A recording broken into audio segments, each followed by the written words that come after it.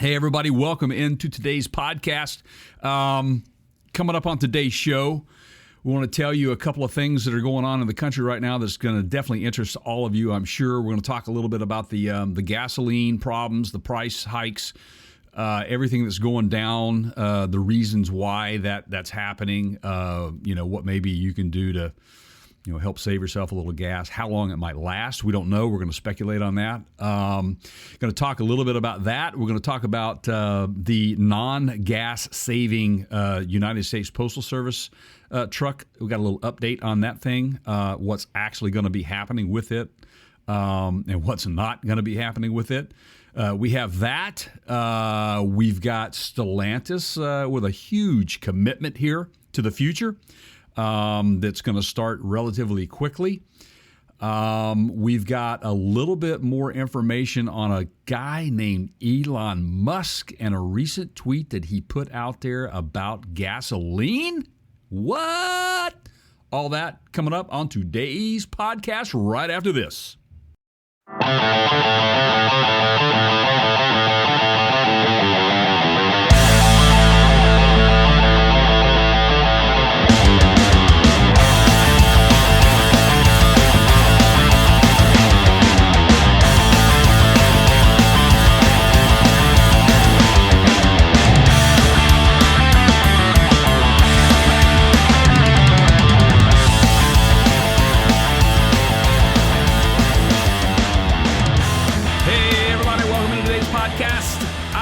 Jay and my co-host over there, Keith. Keith, how are you doing, my friend? Good to see you. Hey, Jay. Hey, everybody. Hello, Robert. How is the world treating you? Robert. Yeah, Ooh. Super fan Robert. So, Robert, I had dinner and drinks with the guys last week, and just Robert and I talked about the show. And does he like it? You like the show? Yeah. Yeah. Was he excited about it? Was he excited to talk to you? Yeah. It's good to, Did he buy you dinner? No, I wouldn't. Come on, Robert. There's a lot of people there. Wait till I come to town. I'd like to meet you, Robert. Oh, he'll come hang with us. Let's go. Jade was there. Jade gave me the usual jab of, I listen to your show when it's relevant to me. And I went, what I always say is, I don't care if you listen, just make sure you subscribe. Just make sure you subscribe to the channel. That's right, man. That's fair play, I think. Well, for everybody, Jade is our go-to audio tech guy. Thank you, Jade, for all the help that you've given us over the years. He's not going to hear this. We really appreciate it, but I'm just telling him. Now, if you put something in there about valve failure on his Silverado 1500 that's like 4 or 5 years old, ears might perk up because he did he have a valve failure? He went through this bad situation, Jay, where he had to go in and turn off that it's active fuel management. Yes, because it was hosing his Well, the same thing happened to my dad. There are dongles out there that you can plug into your the OBD port that will will disable that. He went down that road, but after I think it was an expensive fix. You know what they call that? Yeah, you know what they call that? So all of you out there listening, and my good friend Chuck Lynch from over at AERA. Chuck Lynch at AERA. Yeah. He'll appreciate this. He knows all about it. This is the shout out. This is the shout out podcast. But no, it's what they call an untimed event. And what happens is the plunger of the lifter, because of it basically jams down in and it holds that thing open. So next thing you know, you could potentially have a valve failure or a lot of freaking noise. Kablooey. Kablooey. Yeah. So, but I think that GM resolved most of those issues with that particular design. They had like 3 or 4 different variations of that lifter. Obviously, me being in the aftermarket as a supplier, I had to stay on top of that. We tried to source as much of the OEM lifter as we possibly could if it were available to us, which we were able to get. So that's why I was kind of privy to the fact that there were three versions of that. There were a couple of manufacturers of that lifter, so they were trying vendors and suppliers to get the thing fixed, and it all boiled down to bleed down rates and those sorts of things as well. at startup how much oil was inside the cavity and all that kind of crap. But anyway, now to kind of make that even worse, they've got what they call dynamic fuel management that's out there in GM land that came out in 2021. That does, I mean, I forget the actual number of signals that it's sending. It's like triple the amount that the old version, active fuel management version of that is. So anyway, for those of you who don't know what active fuel management is or dynamic fuel management is, basically it allows a V8 engine to shut down cylinders to become more economical on gas. And nobody needs fuel economy right now, do they? Right. Yeah. It's just part of it. And that's what that whole setup is. That's like the start-stop, step when you go to a traffic light and your vehicle just shuts completely, engine shuts completely down. All of those things are new technologies for these automakers, and there's going to be hiccups. And, this is, GM is not immune to those hiccups, and that active fuel management is not a ride for them. So now that Jade has completely disabled that and gas prices are through the roof, what's the over-under on him trying to turn it back on? Well, put it in perspective. How much money is really coming out of your pocket for the extra gas? Oh, careful. I mean, come on. We're getting into that later. We will. This might be a warning.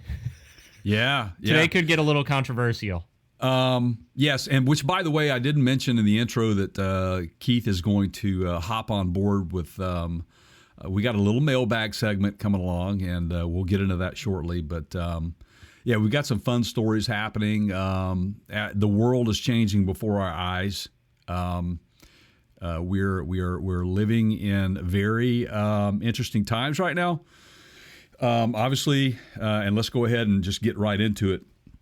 Keith and I, for those of you who have listened to our podcast or watched any of our videos, which, by the way, if you're not subscribed to our podcast, you can, and you happen to stumble on this, you can go over to partscountergurus.com and you can click on the podcast link tab there, and you can find any podcast you want. You can select any platform, whether it be Spotify, Stitcher, Apple Podcasts, Google Podcasts, TuneIn, you name it. We're out there. Rumor has it, Jay, we might be putting some updates to the website soon. That's right. I forgot. Yeah, well, now I promise to leave all those podcast links right where they are. So for you people that don't like your cheese moved, it's got to be easy, because part of this is as a result of our growth. Thank you, everybody. Trying to retool and continue to grow. So yeah, thanks. Sorry, I digress. Jay, please continue. No, well, and on that same note, a big thank you to those who are subscribed to our podcast and subscribe to our YouTube channel, which is over at youtube.com/PartsCounterGurus. If you're not subscribed, hit that subscribe button, turn it from red to gray, and ring that bell so you're notified when videos from any of these podcasts might come out. In fact, I just released a video the other day. It was on a recent situation that may be related to what's going on in Ukraine. We're not sure. Nobody's coming out and really saying. But coincidentally, when Toyota decided to stop doing business in Russia, they kind of coincidentally were hacked, or one of their suppliers was hacked. That was Kojima Industries, which they sell them plastics and electronics and those sorts of things, and it shut the plant. They had to shut the plants down. I think they're back up and running now, but it did affect Hino Motors as well down as their for 2 days. Daihatsus. Down for 2 days. 13,000 cars per day, roughly, in Japan, domestic only. So we don't think it affected U.S. production. So, hey, while we're on air, will you do this? Because this is something we did in the video when we were talking about it initially. Can you check to see if Kojima Industries website is still down? I've been hitting it. But I have not been following that. Check it today to see if it is, and then we'll see if it's still down. Then that tells us that they are still really probably looking into this before they go back live again, because that might have been a portal into their in their system. Is it still down? As of this very moment, Jay. Yes. On the podcast, it's the 9th day of March as we record this. Right. Website's still down. Yep. See? Now, was that their doing, or were they taken down? That's the question. That's actually a really good point. They may be. You think of it this way, everybody. So, if you have a burglar in the building and they steal a bunch. I just watched a heist movie last night. Ironically, did you really? I finished watching it. It took me 3 days because I've been so busy, but just spent like about 30 minutes on it last night. It was the Bank of Spain that they hijacked, and it was this big. Anyway, once you get broken into, and this is true of a brick and mortar store, you're going to tighten security for a bit. You're going to restrict access to only those that need to be in. And so, to Jay's point, the website could still be down because that may or may not have been the initial source of the breach. They may be trying to determine where the initial source of the breach was. And only essential equipment is brought back up until that point in time when they can figure it out. So that's actually a really good... Jay, you've been paying attention. Yeah, well, I think a lot of people have been paying attention. This is what's going on right now. And we talked about this in that particular video, which, by the way, you can check that video out over at youtube.com/Parks County Gurus. It's a really good video. The content is very useful.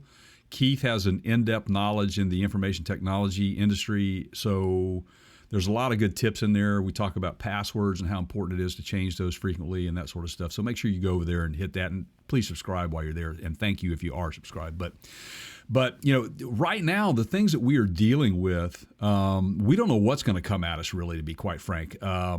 This whole thing going on over in Ukraine, it's a very fluid event that's going on.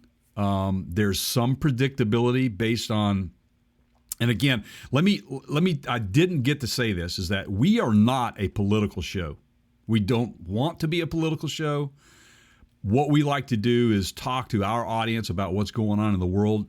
99.9% of the time for us, we're going to stay automotive centric, and that's what we like to talk about. But this is the elephant in the room of things that we're going to talk about today, and that's why I'm kind of bringing some of this information up, or this type of topic up, because it's important, because it's going to affect your wallet. How long that happens to affect your wallet, I have no idea. And in the scheme of things, how really bad does that affect your wallet? And we'll get into some of that a little bit. Keith and I have our own opinions on that, and we'll talk about that stuff. But what we want to dive into here is the fact that we are so dependent on petroleum right now, fossil fuels, globally, that when these types of events happen, it is not just in your own backyard. Yeah, and look, that's no different from any event, even electric grid stuff, right? Right. But yeah, we've been dependent on fossil fuels for decades, if not, well, we're over 100 years now. Yeah, century. At least a century. Yeah. Until we discover crystallic fusion. Right. Buzz Lightyear from Toy Story. Yes, I love it, man. I remember it very well. Yeah, as your planet is discovered for crystallic fusion, yet are you still using fossil fuels, right? Right. Well, let me tell you a real quick story on Buzz Lightyear, though. Now, there was a character in the movie. He was a cowboy, right? What was his name? Woody. Right. So I have a nephew who, by the way, thank you for your service. He is a submariner, and he is active duty, and he is in the water somewhere, and that's all I know. So bless you guys, all of you. Thank you for your service, and please stay safe. And I hope all of our troops that may be involved, that might have to get involved in all this, come home safely to their families. Anyway, when he was a kid, my wife and I happened to be that particular morning going over to visit her brother and sister-in-law for that Christmas morning. And they tell us the story about a little toy that he got for his Christmas present that year. And it just happened to be the height of the Buzz Lightyear movie. And he got a Woody. But it's how he let everybody know he got the Woody, which was most interesting. With a loud yell from his bedroom, he yelled really loud, "Hey, Dad, I got a Woody." Bump. There you go. It was pretty funny. I've been rebuilding the soundboard and don't have it back up yet. Or I would have been all over that one. But yeah. Can I be Bert? Yeah. I hate to say I told you so. There you go. There you go. So let's. It'll be back. But anyway, It'll be that back. was a little story about Buzz Lightyear. So thanks for bringing that up, and thanks for humoring me and letting me tell you that story. But Crystallic fusion. Yeah. Crystallic fusion. So, do you want to get into like I was going to all say roads lead to controversy, Jay? Right. So let's let you get into what you're wanting to get into now. Yeah. And I know what that is. So go ahead, shoot. Let's roll. All right. So can we do the mailbag? Absolutely. I knew that's where you were going. All right. Because we want to get this, just get right into it. We have fun with this. Now, I'm probably going to get a little bit worked up. Before we get started, That's okay. y'all, we feel like a couple things. Number one, we did one of these for fun, and I think it did pretty well. It did enough that we looked at each other and went, we ought to do these on a regular basis. Let's just do it, And they're kind of therapeutic. Also, we want to have we want to have a two-way conversation where we can. So if you guys drop us a note, the easiest way is over on YouTube in the comment section on all of our videos. Although I paused there for a second because I do have one, and I think I saved it, where somebody dropped us a note on the website that I want to try to address in the same mailbag. So I'll get to that one here in a minute. I didn't see that one. Yeah, okay. it was about it was in regards to a video, but then he did what we asked him to. He went over to our website and hit the Ask Us a Question button, and he wrote us a little, kind of thing. And oh, awesome. Yeah. So I got that. I need to get my people on. I mean, my PR team is just horrible. Right. Yeah. I mean, yours are spot on. Gosh. Hey guys, hey, tighten it up, will you? You need a minute? Jesus. God. So, all right. So let me read a couple letters. A couple comments here. Couple comments. Let's go. All right. Ready and go. So we're actually going to get back into this one here on a very future segment, like coming very soon. This was on the whole battle between the EPA and the U.S. Postal Service, and a user by the name of Gypsy Triple X. Gypsy Triple X. What is that? Is that like a cologne? There you go. I mean, man. It just sounds like a cologne. I mean, I wouldn't drink it. There you It go. doesn't sound like a drink I'd be in, but a cologne, I might throw some, High Karate or Gypsy Triple X on. Oh, now you're throwing the high karate in there, man. Now we're all okay.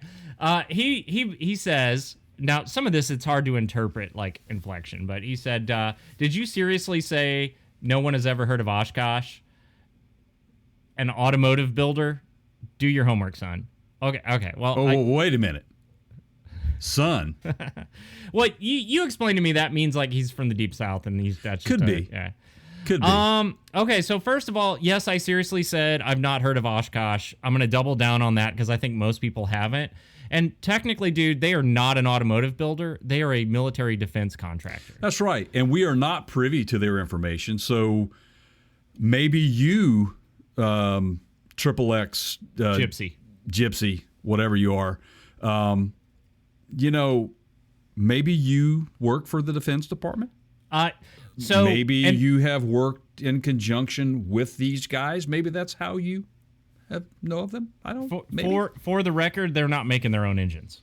No. Okay. Just to be clear here, like I'm not the huge idiot you're trying to make me out to be. Although, if wherever you're from, you guys you're talking about Oshkosh around the campfire on a daily basis, then I guess, but no, not here in my neck of the woods. Yeah, I mean, it's not like Levi's or anything, man. Like everybody in the world has a pair or have had a pair at once in their life, probably.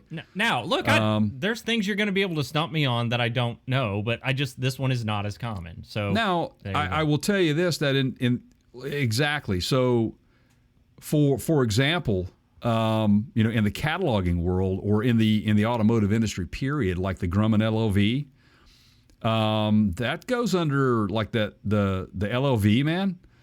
That goes under GM. It's not Grumman. It doesn't go as a Grumman LOV, even though that's what it is. Grumman is the builder of that and the designer of that, but I think it gets most of its components and stuff from General Motors, so that's why it goes under the radar as GM. So there you go.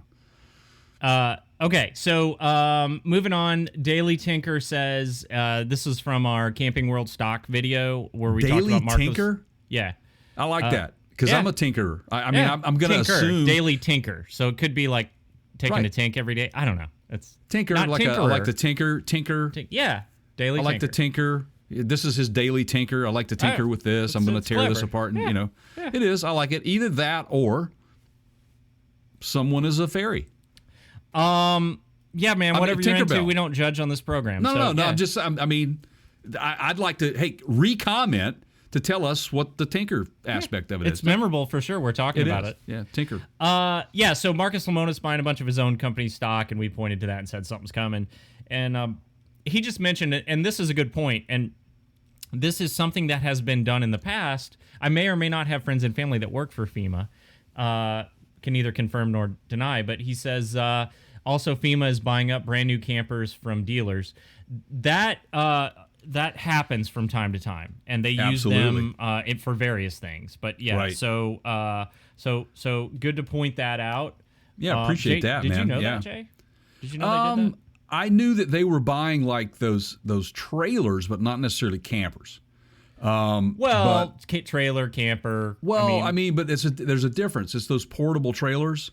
Those are different than the campers, man. Unless they can't get those, and then they have to get whatever they can. They get what they can, and that might be the case here, which is fine. I think it's great that FEMA can do that, but that puts the RV industry in another pickle. There are already shortages in that industry. So as long as we keep having natural disasters, man, and FEMA's around to help people out, this is the kind of stuff you're going to get. And these natural disasters are not slowing down. So yes, for sure. And that's due in part to many things. Yeah. So I'm gonna not do a good job with Carrie's name here. It's Carrie Campagna who commented. Yeah, on the Ford Bronco backpacks video that we got from I think it was most prominently discussed in the Bronco 6G forum. But Bronco 6G forum was a heavy hitter in that conversation, yes. Yep. Because they had video that they posted and that sort of stuff, so. Yep. Said, let's see, Carrie said, reservation holder from the second day, as was I, Carrie, for maybe like day 4. I was up there. And still have not received my Bronco. I actually canceled my reservation for a lot of reasons. You'll have to go back and listen to the previous podcast where we talk about that. Right. And then says, WTF. I don't know what that means, Jay. Do you know what WTF means? Ordered one from my local dealer December 22nd. It's here today. So if you guys wanted 2022 late in the year, I got an extra one. So this is interesting if I'm understanding their point here. Their original reservation is not ready yet, but they got one by basically waiting until recently to put the order in. Right. Does that sound right to you? Yeah. Now, that first one, if it was like the first edition, right, that could be why. It depends on the build, right? Did you Carrie, did you get the same exact build or close to what the one was that you originally ordered, or is this completely different? Right. Yeah, I mean that's key. That's key. Wow, man, the Bronco's been a big deal. It's been more of a big deal. Come on, man. Did you see the video of the person that was, I forget where they were at, but it flipped completely over. They couldn't get up, and they were trying to, and they just. And it's not on the rig. And I know everybody wants to like put Bronco down because it flipped over. If you don't know what you're doing, you can flip a vehicle over, man. It ain't the vehicle's fault. So there you go. That's a bad driver, man. They're not indestructible. I have one on that same subject, if I can. Yeah. Okay, that I forgot that I had this one. Certainly. So this is on that same video. Guy's name is Zach Loescher, Loescher. He has a YouTube channel, folks, and he's a life coach. Likes to coach you to be a better professional. And so I looked at some of his videos over there. I think he's got like maybe 300 subscribers or something like that, and anyway, been there, done that. But he just says, LOL, B6G LOL. Laugh out loud Bronco 6G. Laugh out loud Bronco 6G. Now I don't know if he's laugh out loud about that's the Bronco a big group, 6G man. You better be Patrick Swayze or whatever. You're walking into that bar stirring up a fight. But right? here's my point. He's supposedly like a life coach, and you're gonna, hey, dude, don't come on my show as a life coach and act like you need a little life coaching. Well, what did Patrick Swayze say in Roadhouse? You know better than I do. Be nice until it's time to not be nice. Right. So there you go, pal. And how will I know when it's time to not be nice? I'll tell you. Exactly. I love it. Yeah, man. Or as I like to say, remember the golden rule, right? If you don't have anything nice to say, shut your damn mouth. Yeah, exactly. I'm with you on that. I'll or back something that up. like that. Let's get some T-shirts made up that say that. Can we do that? Or hats? I'd be all right with that. Yeah, I would too. Okay, a couple more real quick. Yeah. And some of these are just insane, ridiculous. Justin Bork says, when an EV can get me to work in roughly 40,300 kilometers one way, I'll buy two. Okay, that's ridiculous. Like, nobody, how many tanks of petroleum is it going to, I mean, and when I can get to work on Mars with my spaceship, I'll work on Mars. I mean, sure. Okay. Well, when I become the next, Grammy Award-winning frontman for Foo Fighters. Look, that's not going to be a mass-manufactured product for the masses because that's an extreme request. Right. And I'm not even defending the EV range thing. I'm just saying I see your ridiculous comment and I raise you a level of ridiculousness by, I'll be on Elon Musk's rocket as soon as he gets my office and podcasting studio set up on Mars. Like that's there you go. Okay. There you go. Okay. Wow. This is good. This is I know, potatoes, man. But guys, we love these. Like, please continue. We shouldn't call this the mailbag. We should call this the comment buffet. True. Right? True. Okay. The comment buffet. Now for a serious one, and I'm gonna own this one. Let's see. Dominic Barberina says the guy in the red cuts the other dude way too much. You know what? Actually, Dominic, you're right. I was the guy in the red in the particular video that he's referencing, which was the Bronco backpack thing. Oh, was it really? And you're right, Jay. I'm sorry. You know what? I do that a lot, and I've noticed that I do it a lot. I forgive you, buddy. I get so excited. I will do better because I forgive. No. Don't. No, there are times when you're on a roll, and I'm so like pulled into what you're saying, and I'm like, I feel like I got to contribute, and sometimes it's better to just let you go. That's okay. I mean, I do the same thing to you, I think. But it's I honestly have never noticed it. If I have to sit here and be mindful of that and worry about how much we're having a conversation, it'd be like sitting at a bar and we're like, no, you. It's just how it is. I mean, I don't take offense to it. Thank you for pointing it out, guys. If that was annoying to you, fine. I personally didn't even notice it. Keith and I have been dear friends for, at least nearing a couple decades now, right? For real. Yeah. So, we're like brothers, family, man. So, it's all in fun. We have a good time. We hope we're conveying the message, though, for you guys. The topics of discussion that we're talking about, we hope that we are getting to the start and to the finish thoroughly enough for you guys to enjoy that. So, just hang in there with us. We're human. We have our moments. Thank you for apologizing. You don't need to. I can do better. Apology accepted, though. I can do better. Okay. Thanks. All right, couple more. Critical thought. Let's see. So I just talked all over you. No, you didn't. It's fine, man. Let's see. So, lots of love around the new iCamper. Lots of comments on the price point. Yeah. And somebody said, "Hey, man, until you have to close it up soaked." Well, you, my friend, are a prime candidate for a hard-sided RV. If that's, there is no tent system out there, rooftop system that isn't going to be an issue in the rain. Right. If you're doing a lot of camping and dealing with rain issues, that's where you got to kind of up your game to a towable. That's really the only choice. Here's a way around that. Just put together a system that will, put a rain flap over the top of your rooftop tent. Well, and I've done this very thing that he's talking about plenty of times where I've had to put a tent up soaked. You're going to have to take it home, wait for, drier days, and then you have to set it back up. You open it back up. That's with and any you tent. let it air out, and you're just going to leave the vehicle parked. And if it's your only vehicle, you might have to take the whole thing down and just, leave it at home. But there are ways, I guess it all comes back to how often are you having to shut down in the rain? Well, it's like your underwear's clean until you shit yourself. True. Yeah. But how often are you doing that, man? That's my point exactly. Right. So there you go. Well, at least you can throw those away if that happens. But, Yeah. Yeah. Did I just... You can bleep that, right? Yeah, I can. Yeah. Okay. All right. All right. I may not, I felt though. it was, it's I felt it was appropriate. Yeah. It's comedically appropriate. All right. Yeah. This one came to us from our website. For you guys that don't know what we're talking about, you can head over to our website at partscounterguru.com.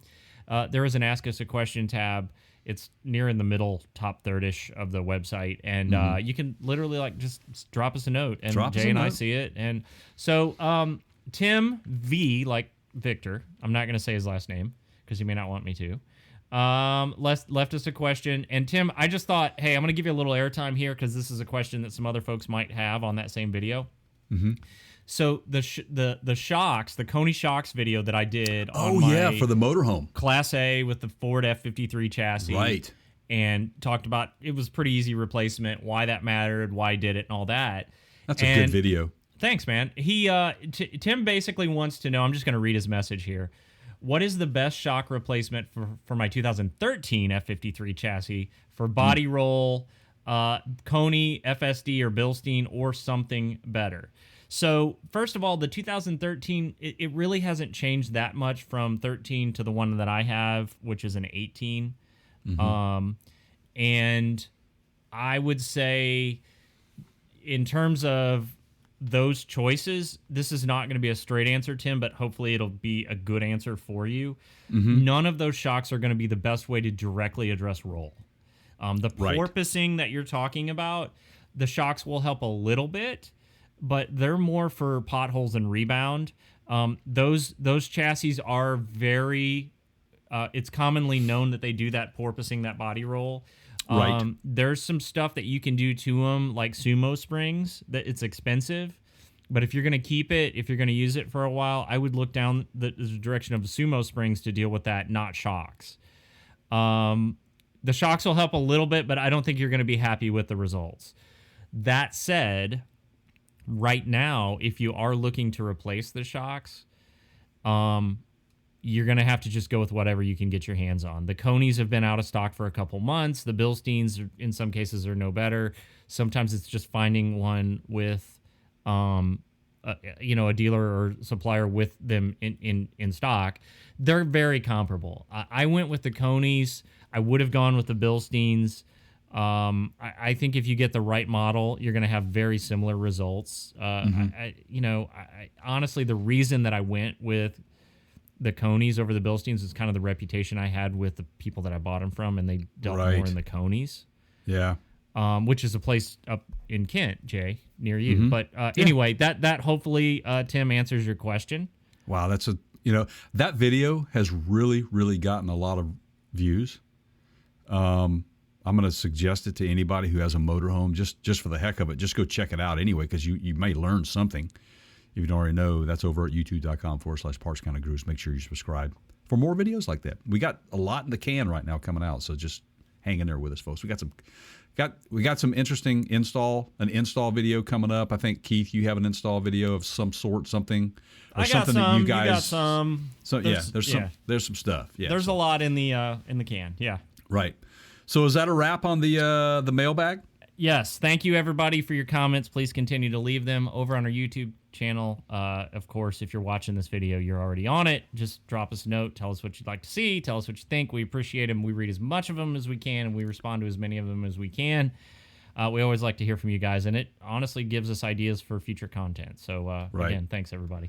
Well, yes, thank you, guys. And, again, my PR team needs to get on the ball because they did not give me any information on that shock absorber question. So, anyway, your PR team's on it, dude. Yeah, that's kind of my fault.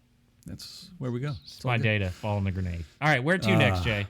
Okay, so now let's get into what we have started to talk about earlier. This is basically we're going to talk a little bit about the gas situation going on right now, but we want to talk a little bit about Mr. Elon Musk. All right. We're going to let Elon kick this off. And I thought that it was, I like Elon. I like him for a lot of reasons. Some people hate him for a lot of reasons, but I like Elon. He's very polarizing. He is extremely polarizing. The one thing that I think I like the most about him is that I'll give you the best example that I can right now, which is when he revealed the Cybertruck and he was going through the process of showing you some of the features and he says, unbreakable glass, and he broke the glass. He could have lost his mind and went on a rant and fired people and yada yada and all, he never does those sorts of things. He's very matter of fact about any situation. He's all about getting to the next level. He tries to be transparent, but obviously there's things that he can't be transparent about because then he'd be giving away trade secrets, and you can't do that. That's how success happens with innovation. And if you show your hand, then everybody else is going to get on top of it and make it a little bit better. Kind of like that Apple Microsoft thing. Don't get me started. I've probably been watching too many sci-fi, superhero type movies lately. But Jay, in an alternate universe, somewhere in an alternate reality, a version of Elon Musk snapped during that glass break scenario that you just talked about. I mean, just imagine with me, everybody, if you will, for a minute. In that alternate reality where he takes that same baseball bat and calls the guy out on stage that designed it. Right. And gets all like Walking Dead with a bunch of guys on their knees. Nah, it's getting a little too graphic, but I think he would get ratings. I'm not so sure the Cybertruck's going to sell. Anyway, I digress. Oh, he'd certainly get more ratings than Tim Cook, right? Yeah. Yeah. All right. Well, I don't know. Anyway, so that there is a lot of concern with the economy and the shortage of gasoline, the pricing of gasoline, all those sorts of stuff. Obviously, at the end of the day, it drives costs up for everybody. So part of the reason, not all, this is a complex problem, and we as humans tend to look for like simple answers. That's just our nature. That sometimes that just isn't a realistic expectation. So we have some fuel shortages. Some of it is due to a certain levels of supply that we would get from Russia. Right. We're going to get into that in depth here in just a minute. But we're in a situation where we don't have enough fossil fuels, and as we established earlier, Jay, we haven't discovered crystallic fusion yet. So we got to do something, right? True, we do. We must. And so Elon comes out and tweets, and Twitter's kind of one of my favorite places to get information lately. By the way, 9 times out of 10, you're hearing it from the horse's mouth, right? If you're following, or the horse's ass. But I digress. Right. At the Counter Show, everybody on Twitter, that's us. Make sure you follow us. Go ahead and say hi while you're there. Obviously, please. This is Elon. Now, this was a few days back. Obviously, this would negatively affect Tesla, but sustainable energy solutions simply cannot react instantaneously to make up for Russian oil and gas exports. So he's basically saying, hey, we would love the business, but we can't ramp up to, make enough EVs in time. So we got to do something. Let's drill some more oil. Let's release some more petroleum. Right, and that was in response to his basically saying he had just a broad statement saying, hate to say it, but we need to increase oil and gas output immediately. Yeah. Extraordinary times demand extraordinary measures. Now, there was a response to that, a reply to that from one of his followers. That his name is Dan. Says we don't need more oil. we need to wean ourselves off of our reliance on fossil fuels as quickly as possible. Higher prices are the best and only way to achieve that. This is not a rip the Band-Aid off situation. You're going to shut down. You're going to shut down delivery services. You're going to shut down all those Amazon Prime purchases. Commerce has to happen. We're not there yet. Survival. Yep. We are a long way away from that. And that is why Keith and I know we talk a lot about electric vehicles on our show. Why? Because that's the talk. That's the chatter. That's why this is such a big deal when you have, the most successful EV company on the planet, Tesla, the CEO coming out and saying this, because he is not stupid. He realizes how much we rely upon fossil fuels for even him to produce an electric vehicle. This is almost equivalent, since I'm just going out on analogy random whatever tangents today. Yeah. If you despise ICE engines so much, internal combustion engines, actually ICE, I should have just left it at ICE and not threw the engine there in the end. That's redundant, but I digress. That you just go, well, I'm not doing it. I'm walking to work. Well, if your work is 20 miles away, I hope you're leaving 8 hours. That's just not a realistic solution right now. No. Don't disagree with you about our dependence on fossil fuels being over the top, but just saying we got to shut it down and rip the Band-Aid off, I don't know. I think there is a certain school of thought that says if gas prices stay high for a long period of time, Jay, we're going to be in trouble with vehicle sales here in the United States because we have so many larger vehicles. And as we have discussed many times on this program, by the way, make sure you're subscribed, as the automotive industry goes in the United States, so goes the U.S. economy. That's right. So no faster way to tank the U.S. economy than poor automobile sales. That's right. Absolutely. And we were having those discussions. Big trucks account for a lot of the automotive sales. So there you go, and you can elaborate on that if you want to, Keith. But look, this is a unique situation. It truly is a unique situation to where we have basically just cut off, that supply. However, the percentage of that is not really that devastating to us. I think the global impacts of this, especially some of the European players. Those are the guys that are very heavily dependent on Russian oil. Germany, I think the UK. We are not. We're probably around the 8 to 10% of what our annual usage. I think that's what we import from those guys. And then, of course, you've got people saying, well, open up the what was the Keystone pipeline? Let it roll. I'm not saying I disagree with any of that. I think that the environmental impacts of that going forward. Hey, I don't have a dog in that race. I don't own any of the land that pipeline's coming through. It's for those people to determine and have that argument with whoever's trying to come through there. I think, though, that at the end of the day, the oil companies are going to get what they need. And it's weird to me that we complain so much about the prices that we're paying at the pump.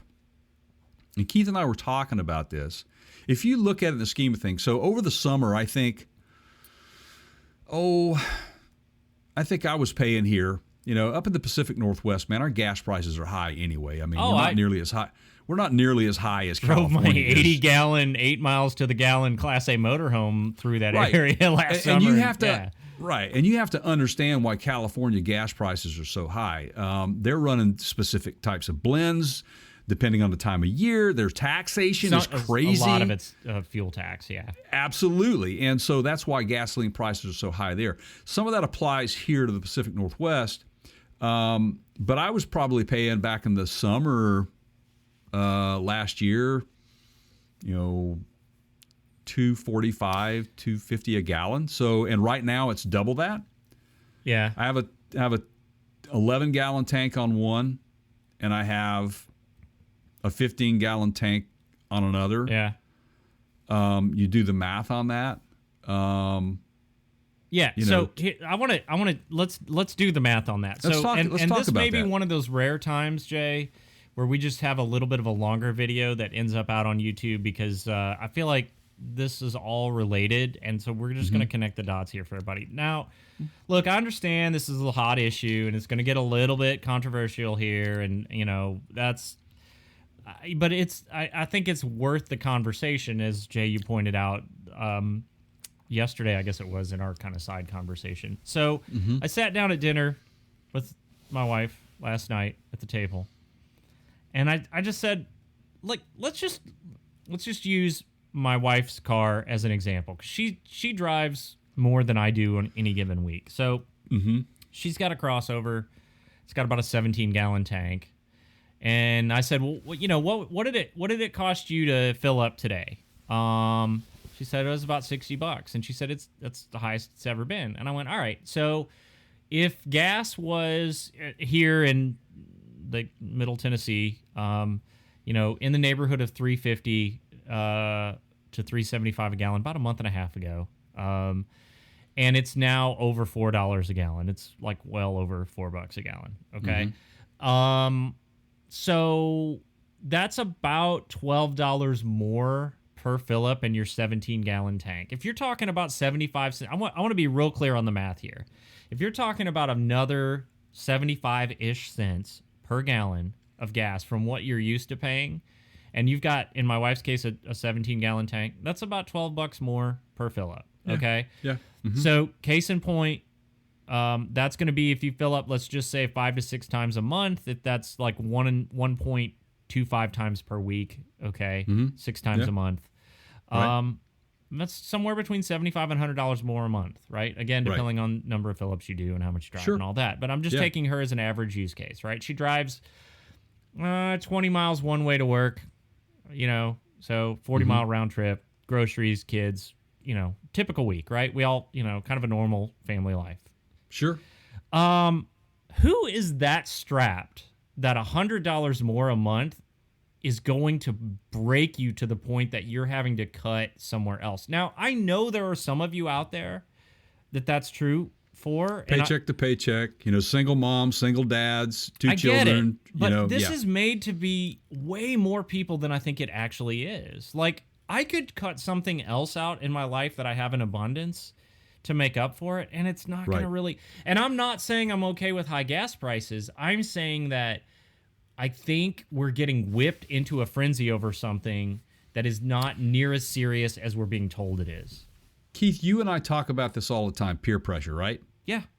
It's everywhere. It's in every aspect of life, peer pressure. Somebody has got something to say about what you're doing, and that's their opinion, and I get that. But the problem you have in the world of public opinion, social media, all this stuff, it does grow. It grows legs, it grows arms, it grows heads. It grows into something that it shouldn't grow into. This same subject a year ago was happening, but for other reasons. And it was 10 cents higher a gallon, not $1.50 a gallon. And you're complaining then. I mean, 10 cents 10 cents a gallon, Jay, is not even on a... That's $1.50 on a 15-gallon tank. Yeah. Wow, really? If you're filling up 4 times a month, that's less than $10 more a month, right? Come on, people. And that's why I think, and part of this is, my mom did it, my grandmother did it. Everybody likes to talk about the price of gas, right? It's like you're out driving, you notice the change. Your dad may do it. I don't know. It's just a common conversational thing. But I feel like in this era, it's not near as relevant as it used to. I am not saying that the price of gas doesn't matter. I am saying it does. It doesn't matter to the level of extremity that we're making it out to be. I mean, groceries have gone up more by ratio of percentage than gas has over the past 12 months. Right. Absolutely. And, I think that people need to realize that this just didn't happen overnight, guys. Okay, this is a culmination. It's been going on for a decade or more. Right. This is a culmination of several administrations, how we conduct ourselves globally with our oil sources, and how there are ways out of this, but it's caught up in the Capitol up there on both sides of trying to get it done. Well, now, no matter what switch you flip here, it's not going to impact it right away, guys. And this is yes, perfect. So I would just like to add to that: be careful what you ask for. Right. There are consequences to getting what you ask for that may be unforeseen. You know, if you so the first guy that we talked about that said we need to wean our dependence on fossil fuels. Right. Okay. So then you're looking at this EV or the mandate, the internal combustion ban that Gavin Newsom signed into law that happens in 20, 25, 30 years, something 2025 or 2030, yeah. And then some parts of Europe doing the same thing. So if you really want that, you could potentially lose like race cars, right? Yes. There's another scenario here where that you say, I don't care. I just want my big engine and I want my cheap gas prices. Well, then that means that you have to do things necessarily that maybe are a little bit unethical to get it. Maybe you don't like fracking. Maybe you don't like, there are consequences. Be careful what you ask for, right? Like this is part of the ebb and flow of what's going on right now. Can we get into the Shell thing just a little bit? Let's do this, right? So, and this is good conversation here. So Shell bought a bunch of oil from Russia. Okay.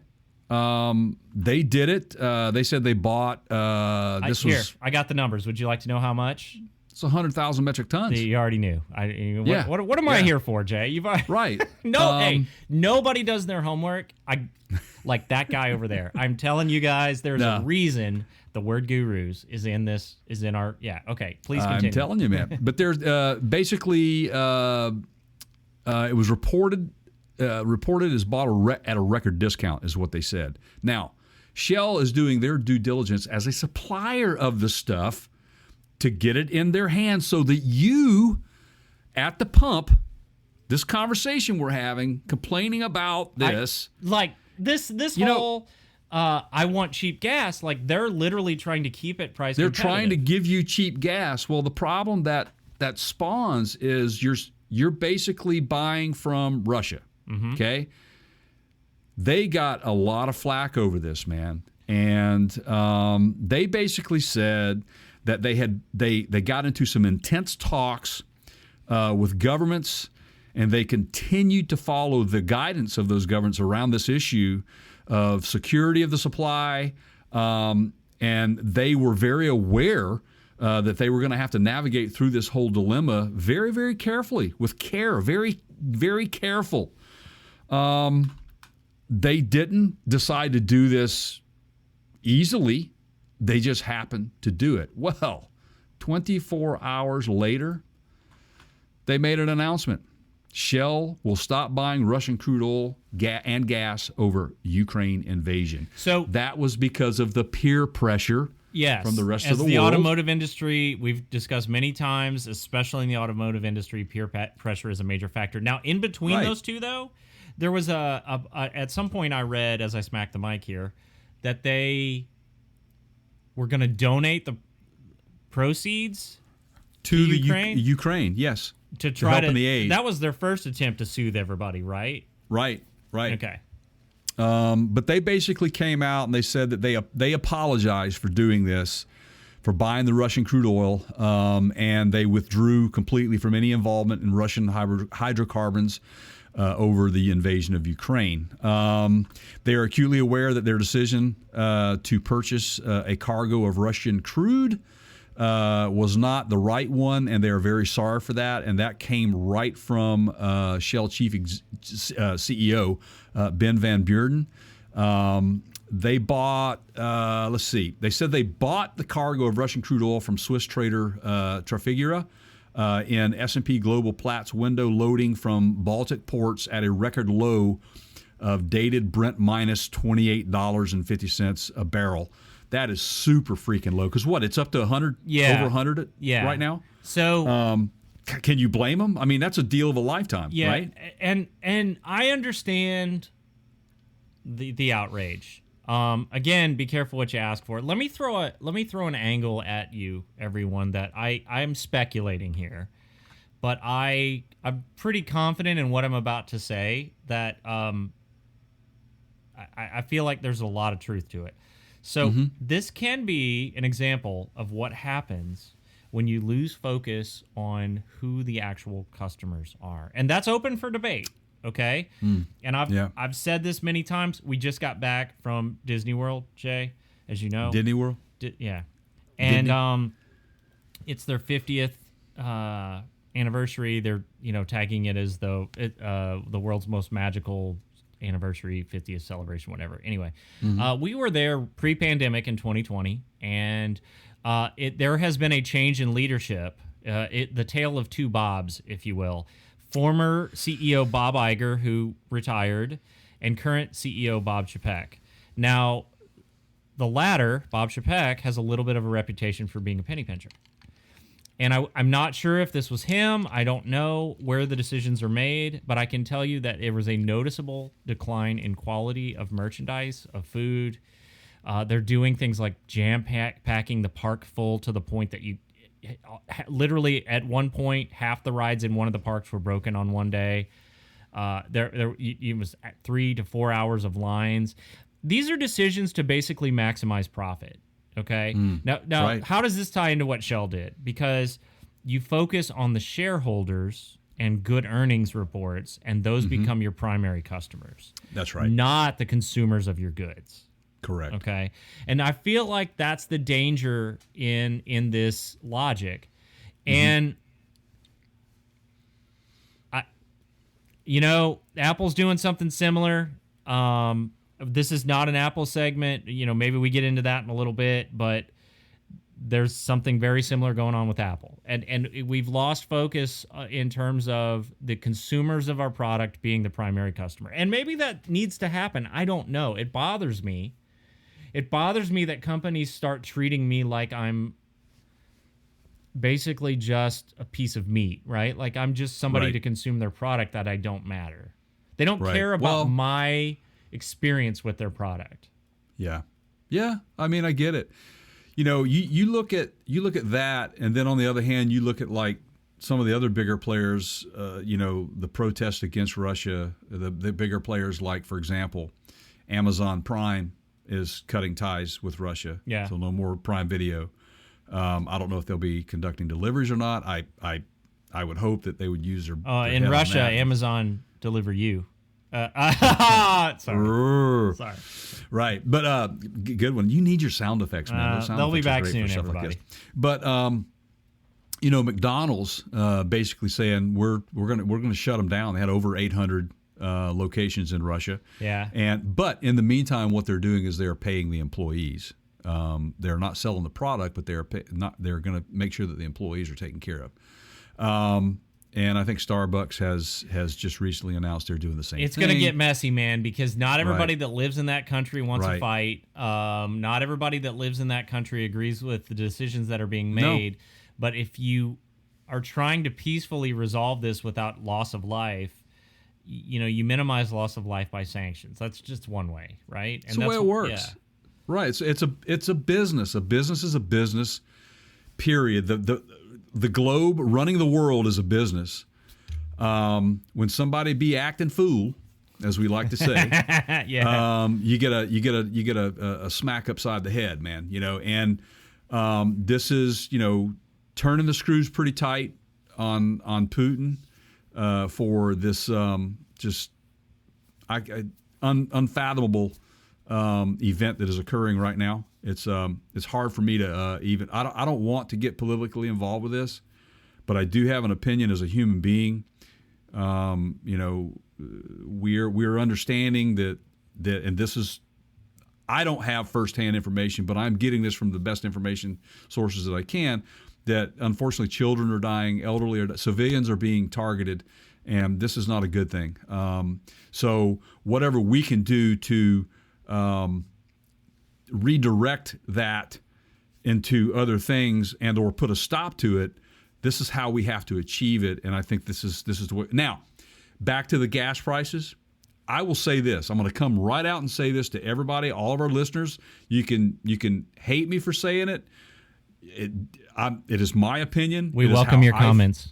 It is how I feel about it. But here's the deal.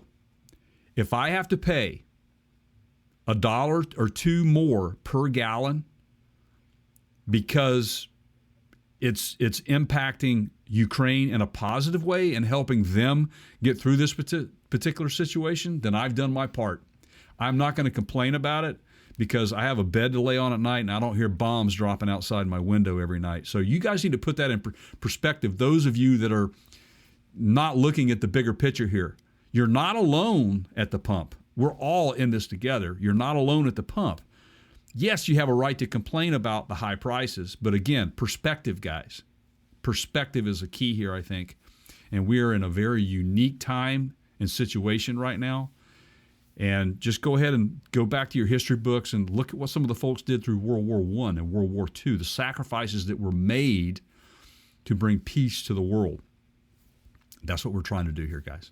That's all I'm saying. And I'm off my soapbox for that. I support you, Jay.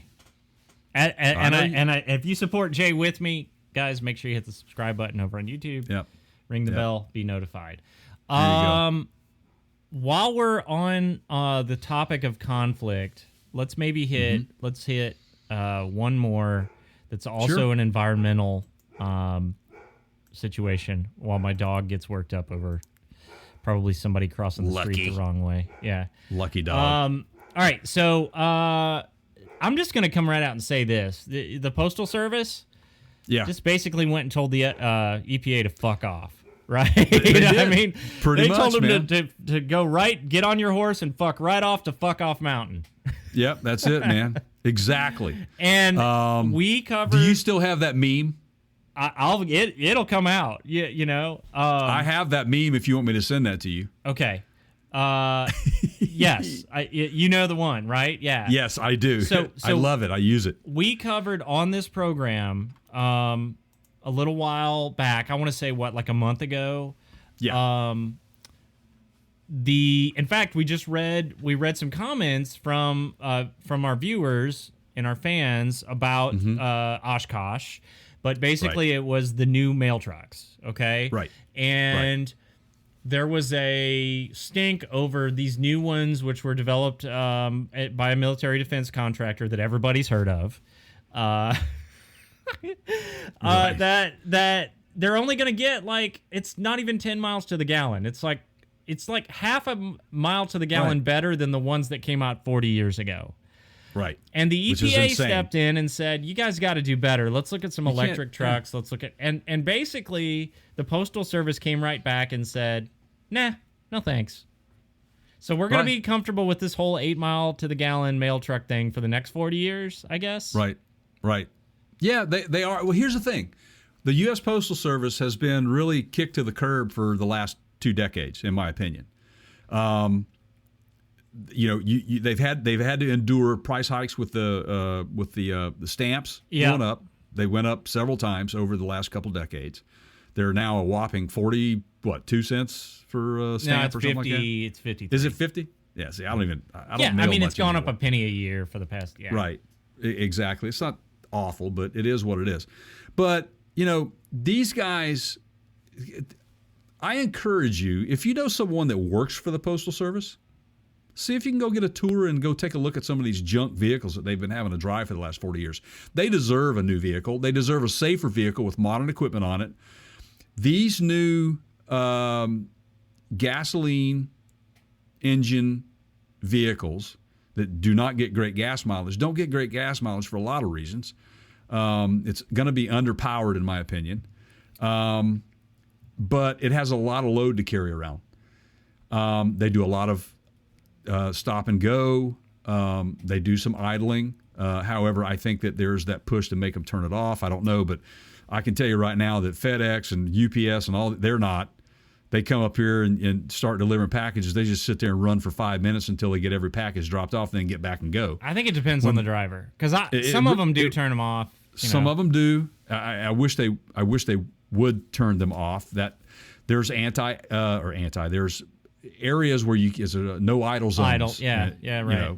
That should be everywhere, in my opinion. But my point here is that I get why the U.S. Postal Service said, you know what? we get what you're saying, but you're not giving us any more money to do this. It's purely a budgetary decision. We don't have the luxury of waiting any longer on you. They're out of money. We don't have any more money to pull out, of our pockets to go towards this. We did commit to 10% of the new vehicles becoming all battery electric vehicles, and they will continue to work through that process. But in the meantime, their drivers, their employees are going to be in a safer vehicle that has modern technology, air conditioning, heat, great vision to safely drive these vehicles. And yeah, they are ugly, but they're tall, so they can stand up in them and grab packages just like the UPS drivers do or the FedEx drivers.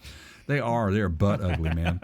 And we commented about that. And if you guys want to, go to our YouTube channel, youtube.com/Parts County Gurus, and you can check out that video where we actually show some of the images of that. You can go to their website too and see it. But I don't know, man. I'm not real sure if this is a big deal or not. I mean, so here's where I think it is a big deal, at least to me, but not necessarily in the ways we all might be thinking. So first of all, that number, if we haven't told you guys, that the Postal Service is estimating, if they want to go all EV, it's like an extra $3.5 billion with a right. B. So here we go. Consumers, if you want cleaner air, it's going to, do you want your stamps to go? There are consequences. Be careful what you ask for, right? Exactly. That's what I'm saying. Nothing is free. Nothing is free. You have to do it the right way. So the problem that I have with this is the hypocrisy in the decision. Right. And here's what I mean. On this level. Yeah. You have various state and federal governments coming out and saying, we're going to mandate reduction in sale of internal combustion engine for the environment.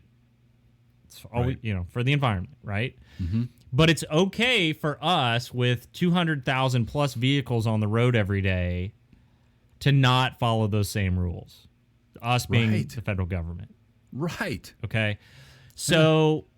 the black SUVs and sedans and all that sort of stuff. Or just mail trucks or whatever. And so I understand it costs more. I understand. That nice helicopter, what is it, Marine one? Yeah, right. But you can't write yourself an exemption and then expect everyone else to do as you say, not as you do. So it bothers me from the perspective of, okay, so why do we even need an EPA then if their rules aren't going to apply to everyone? Right. Like, it's only the people that they decide have to follow the rules, not themselves, not the other government agencies. Right. I know I'm stepping into controversy here. I'm not choosing sides. I'm just trying to ask the right questions because this is extreme hypocrisy. This is not acceptable behavior from an organization that regulates. Right. I get it. I mean, if they were to carry forward with what they were demanding that the U.S. Postal Service do, they would be under. I know. And part of me sort of wishes that happens. Not because I don't want to see people lose their jobs, but they haven't been able to run a profitable organization in decades. No. And it's constantly taxpayer bailed out. And it's like, okay, well, if you can't break even and you're not able to break even for decades, something has to change. So this whole insanity of sort of doing the same thing and expecting different results, I'm not okay with that. Right. No, nor am I. And I can tell you that if you go back to the video that we did on this recently, I said that I kind of felt like this could be the way that the government's been looking to shut it down. Yeah, right. And, how much more of this can the U.S. Postal Service possibly take? The guy at the helm is saying, this is all we can give you. This is all we got. So this is what you're getting. Right. So there you go. Go figure that one out. That'll be interesting to see how much further this really goes, and when the delivery of these. I want to stay on top of this particular subject and see when delivery starts happening. The minute that I see one locally, I'm going to see if I can't do a review on an Oshkosh Defense built Mail truck. How about you? You going to run one down? I'd watch that video. Yeah. I'm looking forward to it, man. I've always, maybe they'll let me drive one. Yeah. Wonder if it'll be right-hand drive. Oh, right. No, they're going to have to be right-hand drive. They would have to. What if they put it in the center? Ooh, that's interesting. But according to the pictures that I see, it looks like it's a right-hand drive. So that's it renderings, makes sense. though, right? It is renderings, yeah. But I think that's center drive be the case. It makes sense. Yeah, center drive, because that way you could, in and out very quickly. And, yeah, do your thing. So, wow. Sure. I mean, you don't need 2 front seats in a vehicle that's a delivery vehicle, right? I mean, yeah. That's a good idea, Jay. Once again, solving the world's problems, right? Hey, I'm just going to do this just like Gump said. That's all I had to say about that. All right, let's close with I just feel like I got to finish this Apple roll, and then we'll do it. We'll bring this sucker to a wrap. So do it. Apple came out recently with an updated product line, to include some new M1 processors. Now, Jay, you just bought a new Mac. What'd you get? An iMac? I got an iMac 24 with the new M1 chip. Yep. It works fine. This is gonna sound like I'm hating on Apple. This is tough love. I'm a consumer of their products. I'm a fan of some of their stuff. Some of it's the best you can get. We're using Apple product right now. Having a little bit of an issue with a component that's not made by Apple. I'm not sure where the problem is, but anyway.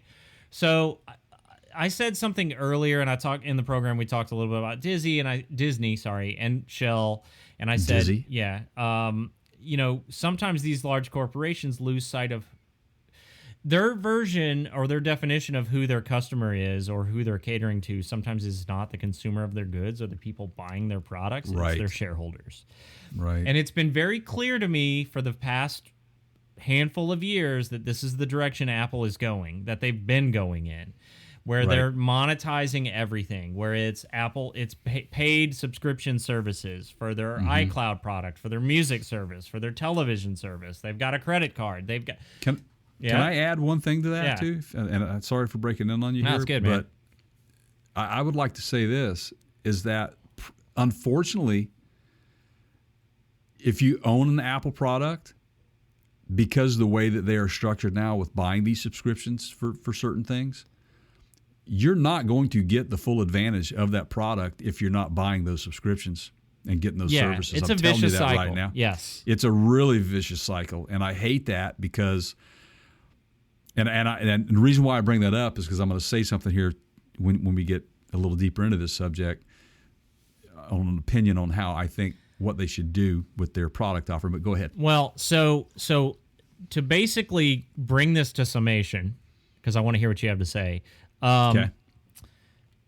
You are trapped in a vicious cycle of then having to cater to those shareholders, because the minute that a very big company like Apple has a disappointing earnings report, things get really, really bad. Or the perception is that they get really, really bad. Right. And that's really what it comes down to. So now we've gotten into, okay, well, how can, even though iPhone sales have been the best, like last year they surpassed their, expectations, there's still some people that don't have iPhones, and some of them it's because they can't afford them. So now we've got this iPhone SE, which is basically just their entry-level low-cost iPhone. And I don't have a problem with that. And they're releasing different colors, like the green one that they just came out with, which is a cool green. I don't have a problem with that either. They're doing it mid-cycle, so the new models come out in October, and they're doing an additional color, basically 6 months later. It's for the 13 and 13 Pro. To try and generate more sales. That's fine, except that you're doing it for reasons where the customers you're trying to satisfy are your shareholders. You're trying to boost your earnings report. So, I feel like this is a trap, right? Like, this is a vicious trap that at some point it's going to eat them alive. That said, they dropped a new processor yesterday called the M1 Ultra. Now, this is the other thing that I just think is ridiculous that Apple does. It's like, Steve Jobs would never be okay with the naming conventions that they've gone down with. They're too convoluted. We've got the M1, we've got the M1 Max, we've got the M1 Ultra, we've got the iPhone Pro, we've got the Pro Max, we've got the Pro Max Lite Air, we've got the Air Lite Max, Pro Lite, Pro Con, whatever. I mean, this is insane. Crystal Light, yeah. This is insane, man. Okay, so it's confusing as all get out to try and pick one of these. You know, they did it with the MacBooks, the Pros, the Pro Max. It's like, just give me the Pro model. Just give me the one that the professionals use. I don't need, you know. So we've got this M1 Ultra, which is by the specs insane. Yeah. Like it's 24 it's 20 cores to start with. You can go up to 64 cores. So cores are the number of independent processing endpoints in a processor, Jay, that can handle a single instruction. Right. It's a little nerdy. 128 gigs of memory is the top end. That's crazy. That's awesome. 800 gigs per second bandwidth on the memory, also very fast. This is all great, and they've released something for content creators that they call their Mac Studio, which I'm tempted. And you look at the price. Are you really? Yeah, man, it's bad to the bone. But you look at the price tag on this thing, and it'll make you pull back a little bit. You know, it's $4,000 or $5,000. That's crazy. And it's great that they're doing this, and it's great that they're making stuff for people like us that can create content, because that's what the world is going to. And I think it's a solid looking machine. I don't have any issues with any of that. I have an issue with their complete lack of focus on simplicity. Right. Which ties into what I'm going to bring up. Go for it. I am sick and tired of all these freaking options. And here's why I'm tired of it. I don't have a problem paying what I pay for a phone. The problem I have is that I know that phone could be cheaper because you're over here making the Pro Max, Max I, Max 2, Max 3, it's Max 4. It's the Pro Max Lite Air. Let's get it right. Right. So my point is that you're getting a little over the top with some of this stuff. It makes it very confusing, and I'm telling you that the experience that I just had with getting my wife updated on her phone with a new Apple phone, I was so frustrated with my own because I've got a 10 that it works, it's okay. It just, the camera's not nearly as good as the 13 or the Pro. The Pro is even different than the 13. So why are you not just selling one great phone like you used to do? You see what I'm saying? Because the consumer is no longer the customer. Because it's all about how many units we can sell, regardless of what model that unit is. And we can put that on a report, and we can make ourselves look good. Right. It's market saturation. It's sales. Not about volume. me anymore. It's not about me anymore. Right. Sorry to break it to you guys. It's not. Yeah. And doesn't mean they can't make a good product. It just means that they're less concerned about your experience. Right. And you know, this is with anything. You got to get rid of year-end models. I get it. But I just bought that new iMac. Yeah. And then this, which is unconventional from their normal releases, right? Mm-hmm. They kind of wait a little later in the year. Am I right? Or do they always have a spring event? Lately, they've sort of just been doing whatever they want. Yeah, it's just, see what I'm saying? With the exception of the phones, they have to follow that yearly phone release pattern now, because if they don't, they'll get burned by their own monster that they've created. Right. Absolutely. Well, I'm going to wait, because now I've seen some of this. There's going to be some changes even to the 13 Pro, I think. So I'm going to wait until those changes get in the system, and then I'll go get a new one. Or maybe I just wait for the 14. I don't know. We'll see what happens. Yeah. It's hard to say, man. God, I can't believe. This is the sentiment that I think we are not alone on. People are just going to throw their hands up in the air and go, just give me a phone. Just give me a good phone. Yeah. Right? Yeah. I give up, Apple. That's it. Just take my money and give me a phone. Oh boy, man, I tell you, Apple, they're up to it again. It's just crazy. But I got to have mine. I'm in. I'm one of those guys. I'm not a fanboy, but I do like the Apple ecosystem. So that's why I'm a big fan of them. So there you go. Good stuff. So all what right. are we doing? I think that's it for the show, Jay. Wow, what a good one, man, huh? Yeah. I really enjoyed talking about some of this stuff. Kind of off the norm for us, but it's a good show. Probably the most controversial in terms of all the content in one episode that we've ever done. I think so. So we'll see how it does. I'll be eagerly awaiting the numbers Right. views Absolutely. and comments and all that. Absolutely. Like I said, hey, thank you for listening. If you're a subscriber, make sure you subscribe. Go to partscounterguru.com, click on the podcast links. There it is. Go every platform, whatever you want. Videos from this show, make sure you go to youtube.com/partscountergurus. Hit the subscribe button, change it from red to gray, hit the notification bell so that you know when these videos come out. Make sure you follow us on our socials, which would be facebook.com/partscountergurus. Go to instagram.com/thepartscountergurus. And once again, Twitter.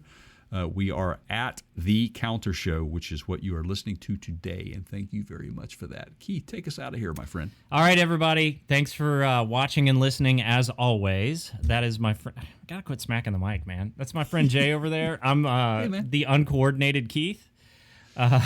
We will see you very soon. Until then, courage, compassion, selflessness, and loyalty. See you guys next time.